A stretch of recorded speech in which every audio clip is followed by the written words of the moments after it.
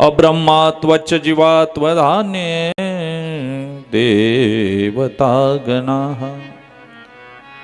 खरं तर शंकर भगवंत जर सोडले सगळ्या देवतांची प्रतिमामध्ये पूजा होते, पण एकमेव माझा भोले बाबा आहे का याची लिंगातही पूजा होते आणि प्रतिमेतही पूजा होते. याचं कारण देताना खरं तर त्यांनी सांगितलं सदाशिव हे ब्रह्मही आहे आणि परब्रह्मही आहे. इतर देवता फक्त परब्रह्म आहे, ब्रह्म नाही. निर्गुण निराकार सुद्धा आहे आणि सगुण साकार सुद्धा आहे. म्हणून निर्गुण निराकारामध्ये लिंगाची पूजा होते आणि सगुण साकारामध्ये प्रतिमेची पूजा होते. म्हणून या भगवान एकमेव देवता भगवान भोलेनाथ महादेव आहे का ज्यांची पूजा लिंगातही होते आणि प्रतिमेतही होते. बरं का. मग हे लिंग तयार झालं कसं, तर एकदा लक्ष्मी पाय दाबत होती भगवान विष्णूचे आणि तिथं ब्रह्मदेव आले. आता तुम्ही आम्ही लक्ष्मी पाहिजे पण आम्हाला भगवान विष्णू नको. बरं का. मार्गशीर्ष महिन्यात बघा सगळेजण लक्ष्मीचं व्रत करता की नाही. साठा उत्तराची कहाणी सफळ संपूर्ण. मग एक पुस्तक द्यायचं, एक केळ द्यायचं, तिने दुसऱ्याला द्यायचं. असं काही श्रीमंत होता येत नसतं. वाक्य ध्यानात ठेवा. उलट पूजेला ठेवलेले लक्ष्मी हार चोरीला गेले, पण श्रीमंत काही कोणी झालं नाही. त्याच्यामध्ये श्रीमंत झाला फक्त पुस्तकावाला आणि केळावाला. जे पूजा करते जोपर्यंत माझा विष्णू भगवंत तुमच्या जवळ नाही तोपर्यंत आईसाहेब सुद्धा येत नाही. लक्ष्मी सहित शोभे नारायण. आणि म्हणून खरं तर निर्गुण निराकार लिंग स्वरूप ही संकल्पनाच इतर देवतांकडे नाही. वेदानही सुद्धा अशी आज्ञा दिली की भगवान शिवाची पूजा लिंगामध्ये आणि प्रतिमेमध्ये सुद्धा करा. स्वतः वेद बोलतात. प्राचीन काळी ब्रह्मपुत्र सनत कुमार यांनी नंदिकेश्वराला हा प्रश्न केला होता आणि नंदिकेश्वरानं सांगितलं होतं भगवान बोलो की सर्वत्र मूर्ती पूजाच केली जाते. सनत कुमार नंदिकेश्वराला म्हणतात पण शिवप्रभूची मूर्ती आणि लिंग या दोन्ही स्वरूपात पूजा केली जाते. त्याचं तत्व आणि रहस्य काय आणि मला लिंगाचं प्रागट्य कसं झालं, आता जे लिंग आहे शिवलिंग याचं प्रागट्य कसं झालं हे मला सांगा.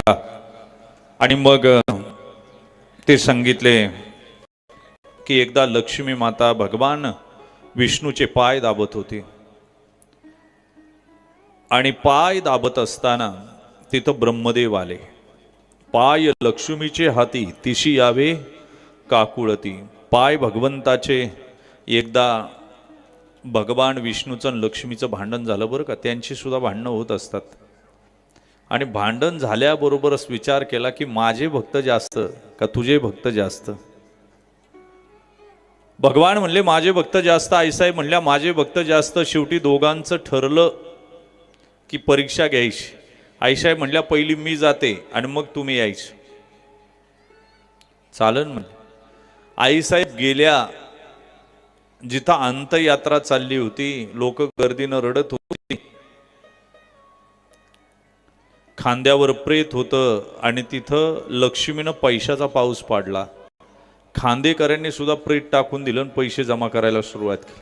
आईसाहेब म्हणली बघा माझा प्रताप काय. देव हसू लागले. म्हणले ठेवला असेल प्रेत खाली. सगळेजण पैसे जमा करायला झोंबलेत पण जे आडवं झोपलंय ना त्याच्यात मी नाही, त्यामुळे ते उठलं नाही अजून. काय म्हणले कळत असेल तर पहा. जे आडवं आहे ना त्याच्यात मी नाही ना. एकदा पुन्हा म्हणले आता परीक्षा घेऊ. आता मी पहिला जाणार विष्णू भगवंत म्हणले. आले. सप्ताह चालला होता त्या गावात आले. 7 दिवस राहिले. भगवत भक्तीमध्ये गाव रम्मान केलं. अमृत रसामध्ये न्हावून निघालं. आणि काल्याच्या दिवशी भिकारणीचं रूप घेऊन आईसाहेब आल्या बघा. फाटकी जुळी, कपडे फाटलेली. आता 7 दिवस कीर्तन झाल्यामुळं लोक जरा भक्तीनं प्रभावित होती. एकानं हाताला धरून आणला. आई बसा बसा बसा. म्हणला पत्रावळी आणा, प्लेट आणा, आईसाहेब म्हणल्या मला गरज नाही प्लेटची. झोळीत हात घातली, सोन्याचा ताटण तांब्या काढला. कार्यकर्ते तर बघतच राहिले. जेवण झालं आणि आईसाहेब उठल्या आणि निघाल्या. आता 7 दिवसाचा प्रभाव होता. लोक म्हणले ओ तुमचं सोन्याचं ताटण तांब्या राहिला. आईसाहेब म्हणल्या मी जिथं जेवते तिथंच ठेवून देते, एकदा जेवले की परत नेत नाही ते. तेवढ्यात अर्धे म्हणले मग आमच्या घरी जेवायला चला. ती म्हणली ज्यांच्या गळ्यात माळ आहे त्यांच्या घरी मी जेवा येत नाही. असं म्हणतपर्यंत आतून हात घालून तोडल्या अर्ध्यांनी. ते म्हणले आता तरी चला. म्हणली तुमच्या गावातला बुवा जोपर्यंत बाहेर निघत नाही ना तोपर्यंत मी गावात येत नाही. लोकांनी विष्णू भगवंताला सांगितलं जा आता आमच्या उद्धाराची वेळ आली. भगवंत जसे बाहेर निघाले तसे आईसाहेब तिच्या मागे निघाली. कुठं? ती म्हणली लक्ष्मी सहित शोभे नारायण. माझे पती जिथं तिथंच मी. नुसती एकटी मी थांबत नाही. म्हणून तुम्ही सुद्धा नुसती लक्ष्मीची आराधना करू नका, माझ्या विष्णूची करा. लक्ष्मी आपोआप येईल. वाक्य ध्यानात ठेव, आपोआप येत असते. पाय दाबत असलेली लक्ष्मी आणि तिथं शेषशय्येवर भगवंत विश्रांती घेतात. आणि तेवढ्यात ब्रह्मदेवाचं आगमन झालं. ब्रह्मदेव श्रीहरीला म्हणतात उठा, मी तुझा ईश्वर आहे. चराचर जगताचा हा स्वामी तुझ्या सम्मुख साक्षात उभा आहे, मला वंदन कर. कोण म्हणतं? ब्रह्मदेव. विष्णूला म्हणतंय आता बायको देखोत म्हणल्यावर किती अपमान झाला मला सांगा. तर म्हणले जगाचा बाप मी आहे, मला वंदन कर. विष्णू तापले. कसं बस सावरलं ते शांतपणाने म्हणाले पुत्रा तुझं कल्याण असो. आज या पित्याकडे कसं काय येणं केलं? ब्रह्मदेवाला हे उत्तर अपेक्षितच नव्हतं. ते रागाने म्हणाले श्रीहरी तू काय बोलतोय, तुला कळतंय का विष्णू? मी तुझा रक्षक आहे, साऱ्या जगाचा पितामह आहे, संपूर्ण विश्व माझ्या समावलेला आहे म्हणून मला ब्रह्म म्हणतात. तेव्हा श्री विष्णू द्वेषाने म्हणाले अरे थांब, किती वल्गणा करशील? तू माझ्या नाभी कमलातून उत्पन्न झालायस. कधी कधी ना माणसं एक हात लाकूडाने 10 दफली असते, त्याला व्याघात दोष म्हणतात बरं का. मी एकदा कीर्तनाला गेलो, ज्यांच्या घरी जेवायला त्यांनी लुंगी लावलेली, दाढी वाढवलेली. मला कळे ना मी कीर्तनाला आलो की नमाज पडायला आलो. मी म्हणलो का हो लुंगी का लावली? म्हणले माझा पंजाही लावत होता, माझा आजाही लावत होता, माझा बापही लावत होता म्हणून मी लावतो. म्हणलं दाढी का ठेवली एवढी मोठी? तो म्हणला माझा पंजाची दाढी होती, आजाची होती, बापाची होती म्हणून मी ठेवली. मी म्हणलं तुम्ही लग्न काहून नाही केलं? म्हणला माझ्या पंजाने केलं नाही, माझ्या आजाने केलं नाही, माझ्या बापाने केलं नाही म्हणून मी बी केलं नाही. हा काहींच्या डोक्यावरून गेलं, तुम्हाला उद्या कळेल. याला व्याघात दोष म्हणायचं. मी म्हणलं बेट्या तुझ्या बापाने केलं नाही, आजाने केलं नाही, मग तू झाला कसा काय? याला व्याघात दोष म्हणावं. काय म्हणावं? व्याघात दोष. अनंत वाचाळ बरळती बरळ. काय असे काहींना बोलायचं सुद्धा तारतम्य नसतं, त्यांना सांगावं अरे शुभ बोल. असतात असे. एक जणाच्या बापानं पोराला सांगितलं जा त्या सावकाराकडे 10,000 रुपये आण, लिकीचं लग्न करायचं. आणि मायबाप तुम्हाला सांगू का, शेतकऱ्याचं जीवन अवघड आहे. या भारत वर्षामध्ये शेतकरी जगला पाहिजे आणि सैनिक जगला पाहिजे, तेव्हा देश उंचीवर जाईन. वाक्य ध्यानात ठेव. अरे मोबाईल किती रुपयाला आणायचा आणि विकायचा किती रुपयाला हे दुकानदाराला माहिती आहे, त्याच्यामधलं मार्जिन माहिती आहे. पण बियाणं काय भावानं आणलं याच्यावर लिहिलेली प्रिंट आहे, पैसे आहेत, पण माल काय भावानं जाणार हे माहिती नाही. दादा यावर्षी खूप पाऊस झाला तुम्हा लोकांना, पण एक काळ असा होता विदर्भ मराठवाड्यामध्ये पाणी प्यायला पाणी नव्हतं. असा काळ मी पाहिलेला. इकडं कथा करताना आंघोळ केलेल्या पाण्यामध्येच कपडे धुत होती लोक. बायकोला साडी घेता आली नाही, पोरीला पास काढून देता आला नाही म्हणून बापानं आत्महत्या केली आहे मराठवाड्यांमध्ये. सांगू भेगाळलेली भुई, मनगटासारख्या भेगा, आकाशवरून आग ओततय, बैल घेऊन रानात गेलेला शेतकरी आभाळाकडे पाहतोय, ढसढसा रडत होता त्या काळात. बैल म्हणत होती मुकी जनावर, मालक नका. मालकाचा झालेला निश्चय मुक जनावरांना कळाला की मालक आता गळफास लावून घेणार. मालक अजून 2 शेतं आपण वखरू, 2 शेतं नांगरू, पण तुम्ही आत्महत्या करू नका. पण यानं गळफास लावून आत्महत्या केली. दादा, शेतकरी जगला पाहिजे. पहिल्या पुरीचं लग्न होतपर्यंत दुसरी पुरगी बाळंतपणाला येते. पोराचं शिक्षण आहे, बायकोचा आजारपण आहे, खचून खचून खचून मरतय हो. तो शेतकरी असतो. दादा, कोरोना आला ना, सगळेजण दरवाजे लावून बसले होते, पण माझा शेतकरी राजा शेतात काम करत होता म्हणून 2 घास मिळत होते. वाक्य ध्यानात ठेव. नाही मरणाची भीती आहे त्याला. शेतकरी जगला पाहिजे आणि दुसरा सैनिक जगला पाहिजे. उत्तुंगामुची उत्तर सीमा इंच इंच लढवू, अभिमान धरू, बलिदान करू, ध्वज उंच उंच चढवू. सैनिको तुमच्यासाठी रोज घास आडतो ओठी. मी मध्ये लेह लडाखच्या बाजूला गेलो होतो आणि मला ATM मधून पैसे काढायचे होते, म्हणून मी पैसे काढायच्या रांगेला उभा राहिलो. माझ्या पुढे एक सैनिक पैसे काढायला उभा होता. त्यानं ATM कार्ड टाकलं त्या मशीनमध्ये आणि 10 रुपये काढले फक्त. मला विशेष वाटलं की 10 रुपये कोण काढतो ATM मधून, म्हणून मी म्हटलं साहेब पैसे नाहीत का हो अकाउंटला? माझ्याकडे आहेत एक्स्ट्रा, मी देतो, तुमचं होतील तेव्हा मला पाठवून द्या. त्यानं पाहिलं माझ्याकडं, हात जोडले, महाराज पैसे आहेत तो अकाउंटला, पण मी जिथं ड्युटी करतो ना तिथं रेंज नाही. सगळ्यांचे डबे न्यायला मी दुपारी खाली येत असतो आणि खाली आलो की मी डबे भरेतपर्यंत पटकन येतो आणि 10 रुपये काढतो. मी म्हटलं का? ते म्हटले बँकेतल्या अकाउंटला बायकोचा नंबर दिलेला आहे, मी इथं 10 रुपये काढले का तिला मेसेज जातो, मेसेज गेला की तिला कळतं माझा मालक जिवंत आहे. किती अवघड परिस्थिती आहे मला सांगा. एका गावातले 2 पोरं सैन्यात भरती झाले. दादा, 5 वर्ष सुरुवातीचे सुखाचे गेले आणि आता सुट्टीला आलंय, लग्न झालंय, पोरगी झाली. पोरगी झाल्यावर वर्षभरानं सुट्टी मिळाली. आता पोरगी अंगा खांद्यावर खेळते, छान बोलते, पप्पा पप्पा पप्पा मिठी मारते. बापाच्या गुडघ्याचं ऑपरेशन केलं, आईच्या डोळ्याचं ऑपरेशन केलं, घराची डागडुजी केली, बायकोलाही समाधान वाटलं, एवढ्या दिवसानं आलंय. सुट्ट्या संपायला अजून 20 दिवस बाकी होते आणि टीव्हीवर बातमी आली, तार आली, रेडिओवर बातमी आली की परकीय आक्रमण होऊ पाहतंय, सगळ्यांच्या सुट्ट्या कॅन्सल केल्यात, आपापल्या रेजिमेंटला आपण रिपोर्ट करा. यानं बॅग भरायला सुरुवात केली. काळ्या चष्मातून आई पाहत होती, पदरानं डोळे पुशीत होती. बाप गुडघे चोळता चोळता लेकराकडे पाहत होता. पडद्याच्या आडून बायको पाहत होती की सुखाचे दिवस 2 दिवस सुद्धा भोगता आले नाही. लिकीला तर काहीच कळत नव्हतं. मागून बापाच्या पाठीवरती हात टाकून गळ्यात बापाच्या अंगावर लोळत होती. बॅग भरली, बायकोनं ओवाळलं, निरंजन विजली.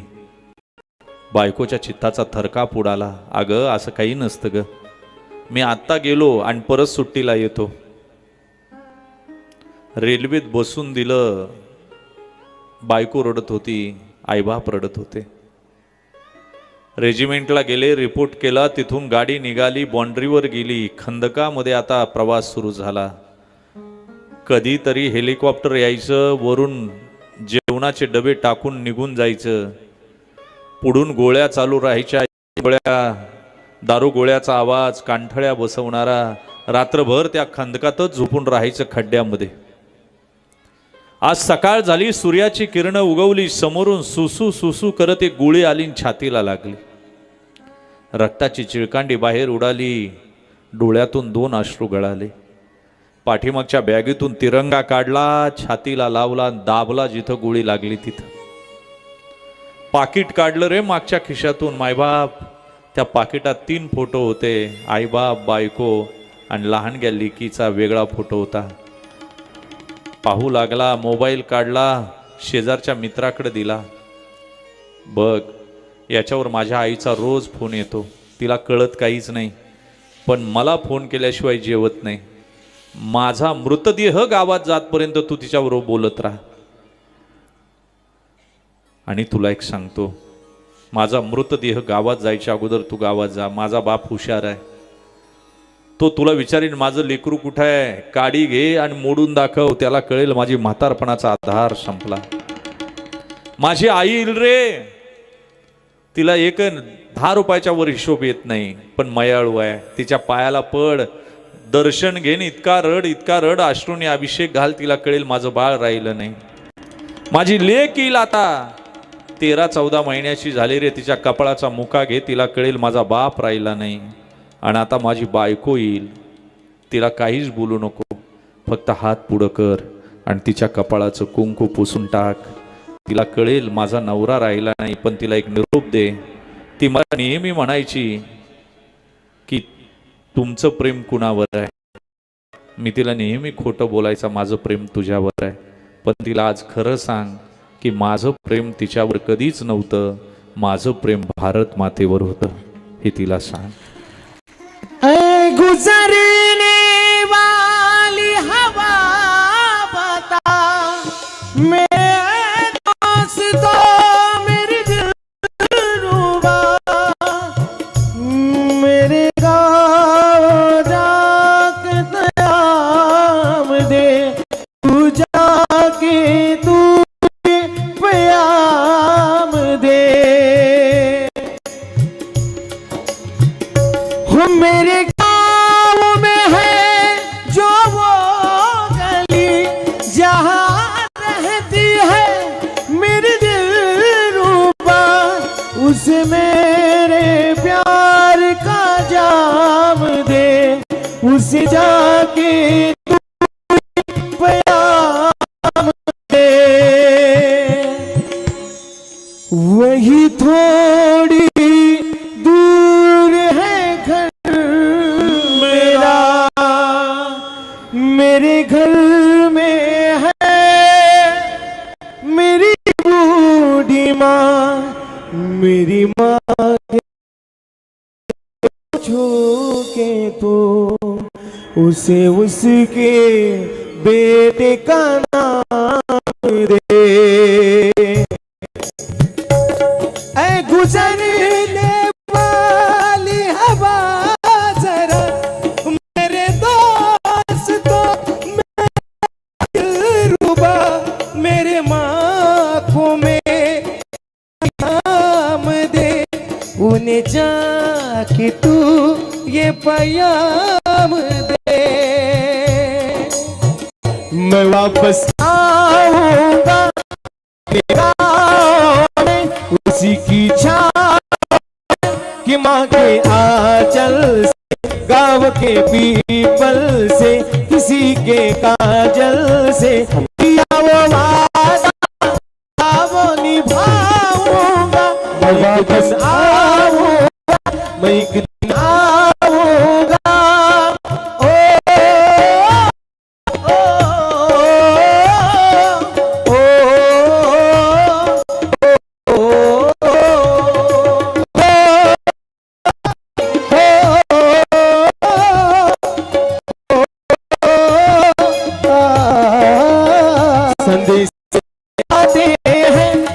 तड़पाते हैं जो चिट्ठी आती है, पूछे जाती है कि घर कब आओगे, लिखो कब आओगे, कि तुम कब आओगे, कि तुम भूल गए सुना सुना है.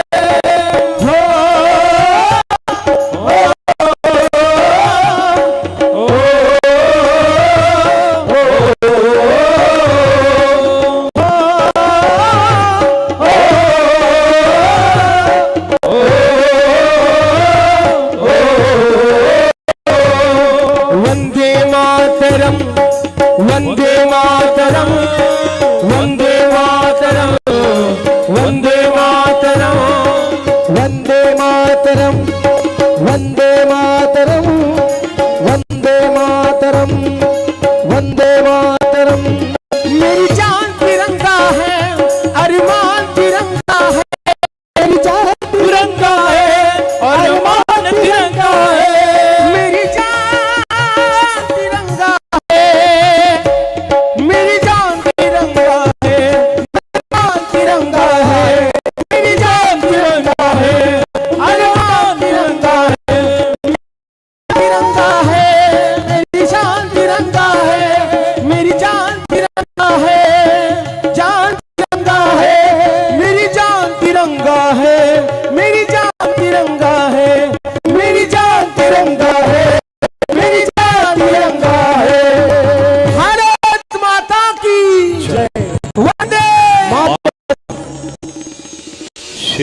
जगला पाहिजे दादा आणि सैनिक जगला पाहिजे. मी अनंत या विषयावर बोलत होतो. ब्रह्मदेव विष्णूला म्हणू लागला, अरे त्या जगाचा परिपालन करता मी आहे आणि सगळं विश्व माझ्यात सामावलेलं आहे. त्यावेळी विष्णू म्हणाले, ब्रह्मदेवा किती वल्गणा करसाल हो. खरं तर ही कुणाची पोर आहेत बघा बरं. तुम्ही माझ्या नाभी कमलातून उत्पन्न झालेला आहात.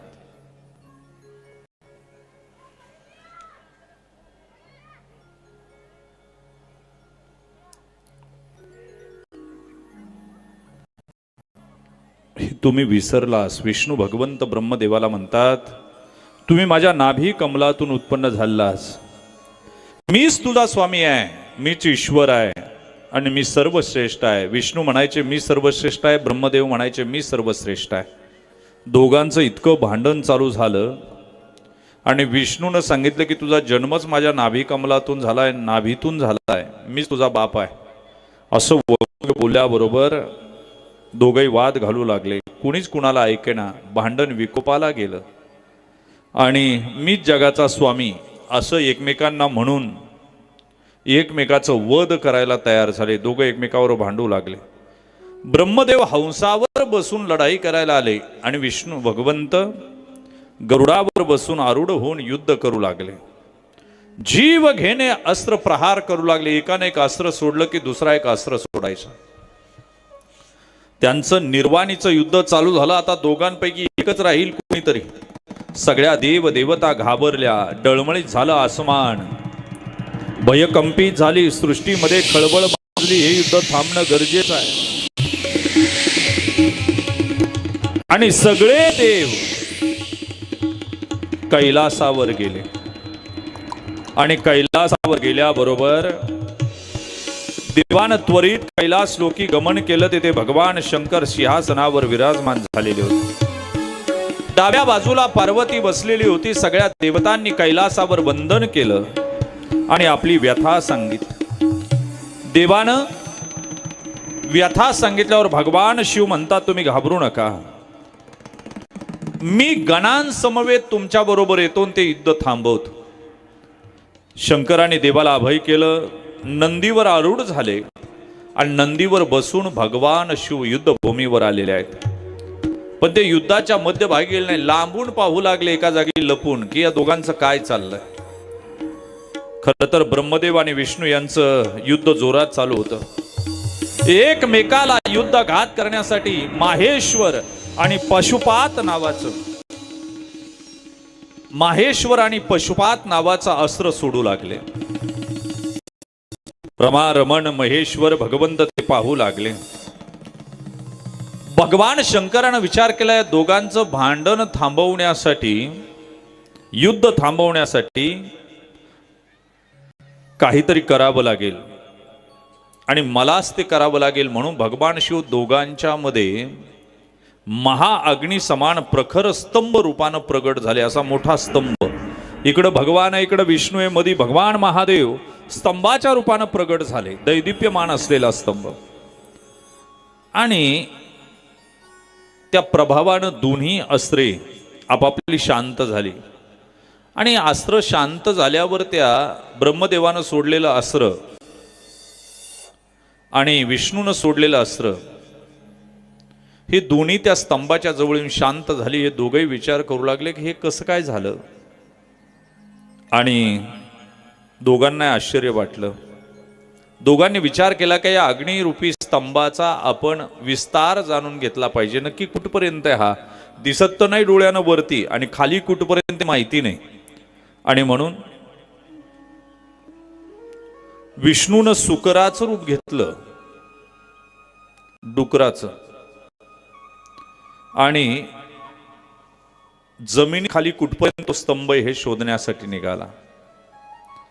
ब्रह्मदेवानं हंसाचं रूप धारण केलं. उंच किती गेलेला हा स्तंभ पाहण्यासाठी आकाशात ऊर्ध्व दिशेने निघाला. जो कोणी लवकर या स्तंभाचा आदी किंवा अंत पाहून येईल तो जगात सर्वश्रेष्ठ असं दोघांनी ठरवलं. म्हणून विष्णू डुकराचं रूप घेऊन खाली जमिनीत गेले आणि ब्रह्मदेव हंसाचं रूप घेऊन वरती गेले. श्री विष्णू पातळात जाऊन स्तंभाचा खोल किती शोधण्याचा प्रयत्न केला, पण त्यांना काही साध्य झालं नाही. ब्रह्मदेवानं हंसाचं रूप घेतलं आणि उड्डाण केलं. अग्निस्तंभाचा आरंभ जाणण्याचा प्रयत्न केला, पण त्यांनाही शक्य झालं नाही.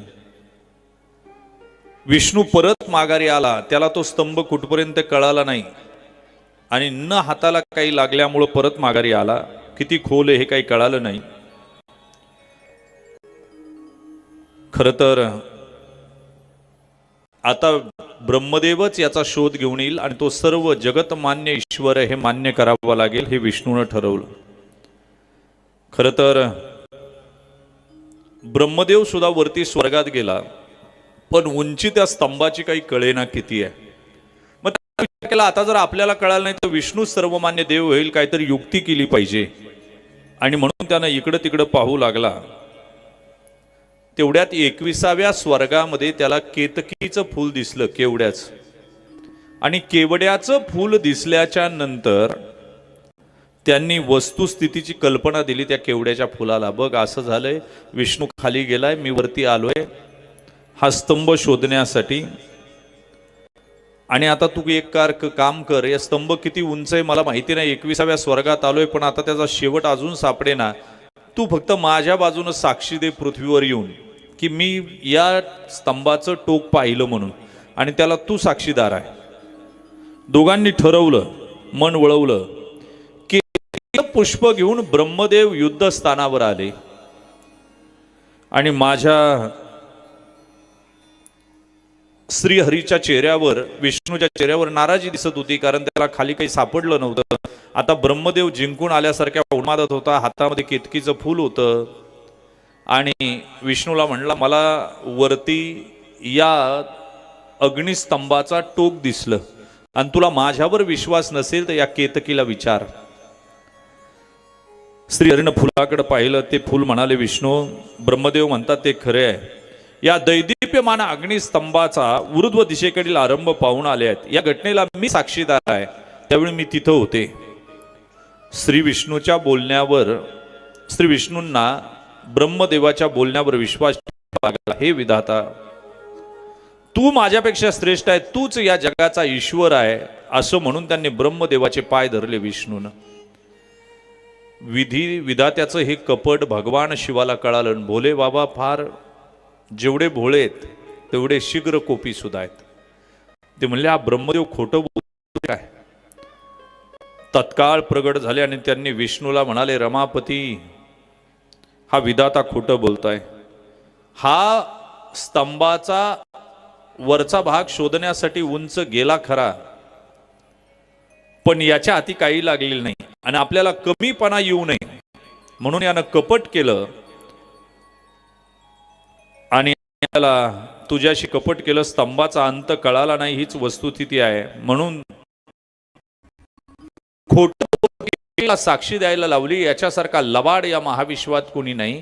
म्हणून आजपासून विष्णू तुला माझे सगळे अधिकार देतो. म्हणून भगवान शिवाची पूजा केली, विष्णूची पूजा केली काय, दोघांची पूजा फळ देते. काय देते? भगवान शिवानं आपलं फळ प्राप्त केलं, कारण हरिहराचा भेदच नाही. तुम्ही आम्ही वाद करतो, हरिहरा नाही भेद, हरिहरा नाही भेद, हरिहरा नाही भेद, हरिहरा नाही भेद, हरिहरा नाही भेद, हरिहरा नाही भेद, हरिहरा नाही भेद, हरिहरा नाही भेद. नाही करू नये वाद, नाही करू नये वाद, हरिहरा नाही भेद, हरिहरा नाही नाही भेद हरिहरा नाही भेद नाही करू नाही वाद नाही करू नाही वाद हरिहरा नाही भेद हरिहरा नाही भेद हरिहरा नाही भेद एक एकाचे हृदयी गोडी साखरेचे ठाई गोडे साखरेचे ठाई गोडी साखरेचे ठाई एक एकाचे हृदयी एक एकाचे हृदयी एक एकाचे हृदयी गोडी साखरेचे ठाई गोरी साखरेचे ठाई हरिहरा नाही भेद हरिहरा नाही भेद हरिहरा नाही भेद हरिहरा नाही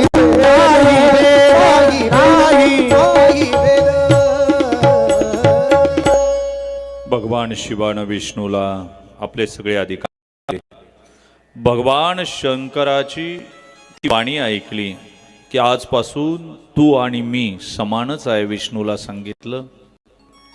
भगवान शंकराची वरदवाणी ऐकून श्री विष्णूला आनंद झाला.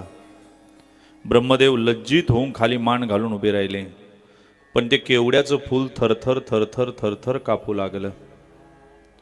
खरं तर ब्रह्माजीनं खोटेपणा केला आणि म्हणून भगवान शिव अतिशय संतप्त झाले आणि त्यांनी आपल्या तृतीय नेत्रामधून भैरवाला निर्माण केलं.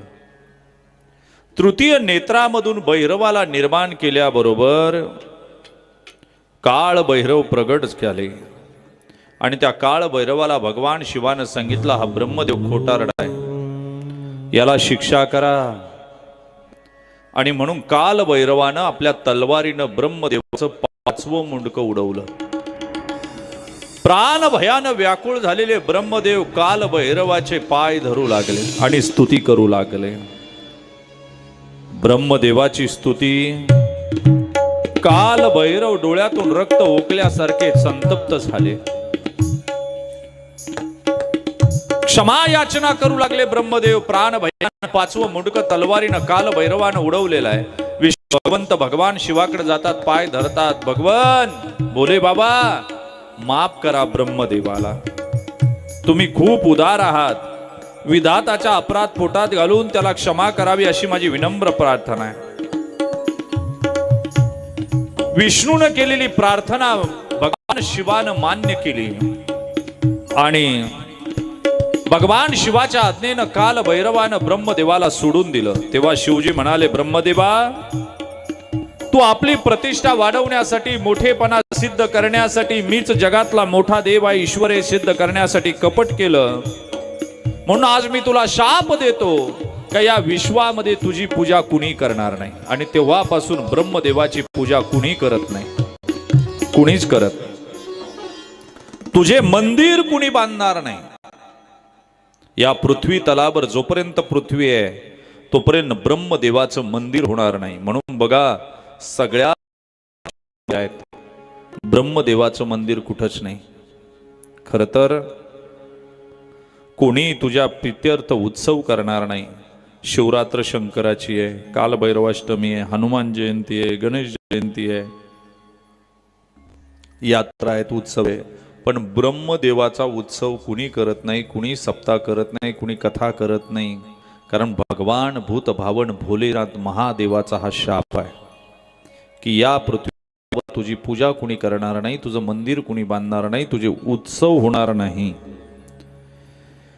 तू सत्कार, स्थान आणि उत्सव या सगळ्यांना कायम स्वरूपी वंचित राहतील. म्हणून त्याला स्थान नाही राहिला, मंदिर नाही, त्याचा उत्सव नाही, त्याला कोणी मान देत नाही ब्रह्मदेवाला. आणि ती शापवाणी ऐकून ब्रह्मदेवाला आपल्या कृत्याचा पश्चाताप होऊ लागला. त्यानं भगवान शंकराची क्षमा मागितली. आवाज बदल.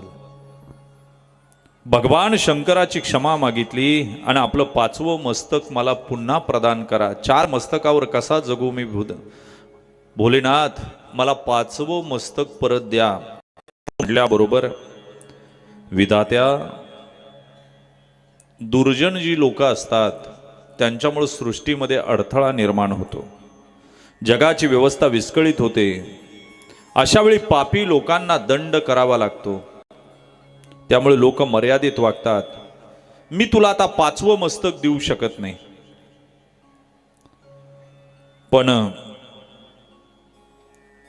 तू पश्चाताप दग्ध झाला आणि माझी क्षमा मागितली म्हणून तुला 1 जागा मी देईल, आणि ती जागा म्हणजे यज्ञाचा आचार्य होशील. म्हणून ज्या ज्यावेळी यज्ञ करायचा त्यावेळेस मात्र ब्रह्मदेवाला आचार्य म्हणून स्थापन करावं लागतं, त्यावेळी यज्ञ करता येतो. त्यानं माफी मागितली. भगवंत दयाळू आहे, कृपाळू आहे, कनवाळू आहे माझा भोले बाबा. एवढं करून सुद्धा ब्रह्मदेवाला यज्ञाचं आचार्य केलं. तुझं स्मरण केल्याशिवाय कोणता यज्ञ पूर्ण होणार नाही, एवढं मी तुला वरदान देतो. ब्रह्मदेवाचं बोलणं संपलं. रागानं भोलेनाथानं केतकीच्या फुलाकडं पाहिलं, केवड्याच्या फुलाकडं. दुष्टा, तू आता निघून जा इथे. खोट्याला साक्ष दिली म्हणून मी तुला शाप देतो. आजपासून माझ्या पूजेत तुला स्थान नाही. म्हणून भगवान शिवाच्या पूजेत केतकीचं फूल चालत नाही, केवड्याचं फूल चालत नाही, कारण यानं ब्रह्मदेवाला खोटी साक्ष दिली. यापुढे मी तुझा कधी स्वीकार करणार नाही. त्या केवड्याच्या फुलाला वाईट वाटलं. शिव चरणावर मस्तक ठेवून पाप याचना, क्षमा याचना करू लागलं. मी अज्ञानी आहे, तुमच्या दर्शनानं माझे दोष नाहीसे झाले आहेत, माझ्यावर काहीतरी कृपा करा अशी विनंती करू लागले. त्यावेळी हा भोले बाबा शिवजी म्हणाले, केतकी, तुला मी कधी माफ करणार नाही हे अगदी सत्य आहे, पण विष्णू आणि बाकी देव आहेत जे माझे भक्त आहेत यांच्या पूजेत तुला स्थान राहील, फक्त माझ्या पूजेत कधीच तुला स्थान राहणार नाही. केतकीला शाप दिला. खर तर हा भोले बाबा पुण्य पावन करणार आहे जगाला. ज्याच्या जटेतूनच गंगा वाहते, जगाला पावन करण्यासाठी त्याचं हृदय किती पावन असेल सांगा. त्या जटेतून गंगा वाहते, जगाला पावन करते. भोले तेरी जटा से बहती है गंगा धारा, भोले तेरी जटा से बहती है गंगा धारा, बाबा तेरी जटा से बहती है गंगा धारा, बाबा तेरी जटा से बहती है गंगा धारा, भोले तेरी जटा से बहती गंगा धारा, काली घटा के अंदर, काली घटा के अंदर देवता में उजाला, भोले तेरी जटा से बहती है गंगा धारा।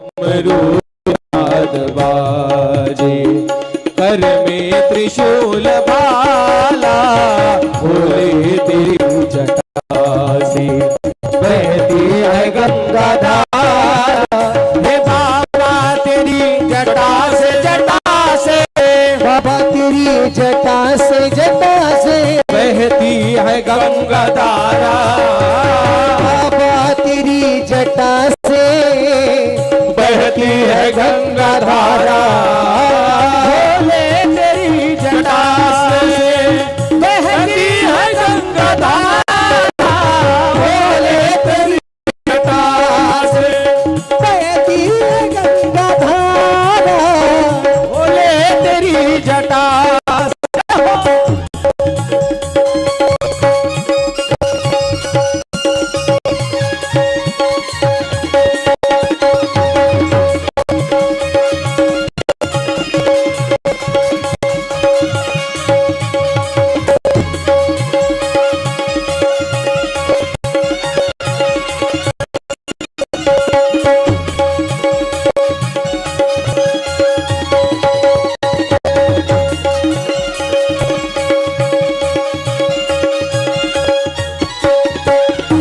प्रभु दीन पे जरासी कटिबंध नाग फासी प्रभु दीन पे जरासी कटिबंध नाग फासी शिव नाम जो उचारे सब पाप दोष मिट जाए शिव नाम जो उचारे सब पाप दोष मिट जाए ब्रह्मांड विराजे ब्रह्मांड विराजे भव सिंधु पार तारा ब्रह्मानंद विराजे भव सिंधु पार तारा ब्रह्मानंद विराजे ब्रह्मानंद विराजे भव सिंधु के पुकारा भोले तेरी जटा बहती है गंगा धारा हे बाबा तेरी जटा से तेरी जटा से भोले तेरी जटा से भोली तेरी जटा से बहती है गंगा धारा है गंगा धारा काली घटा के अंदर काली घटा के अंदर देवदामी उजाला भोले तेरी जटा से बहती है गंगा धारा भोले तेरी जटा से भोले तेरी जटा से बाबा तेरी जटा से भोले तेरी जटा से बाबा तेरी जटा से भोले तेरी जटा से ओम नमः शिवाय शंभो ओम नमः शिवाय शंभो ओम नमः शिवाय ओम नमः शिवाय शंभो ओम नमः शिवाय ओम नमः शिवाय शंभो ओम नमः शिवाय ओम नमः शिवाय शंभो ओम नमः शिवाय ओम नमः शिवाय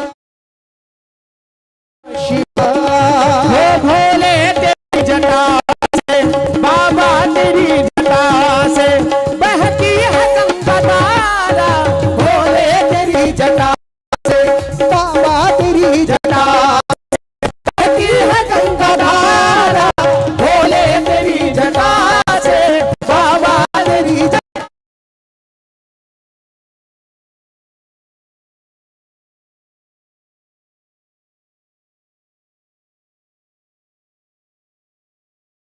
महादेव भगवंत दयाळू आहेत. कृपा केतकीच्या फुलावर सुद्धा उपकार केले. ब्रह्मदेवाला सुद्धा यज्ञाचा आचार्य बनवलं. विष्णू भगवंताला स्वतःचे एवढेच अधिकार दिले. ब्रह्मा विष्णू आणि केतकी केवड्याचं फूल यांना अनुग्रह करून भगवान शिव आपल्या गणपरिवारासहित स्वस्थानी कैलासावर गेले. ब्रह्मदेव आणि विष्णू या दोघांनी केली आणि हात जोडून त्यांच्या डावीकडे आणि उजवीकडे एक एक जण उभा राहिला.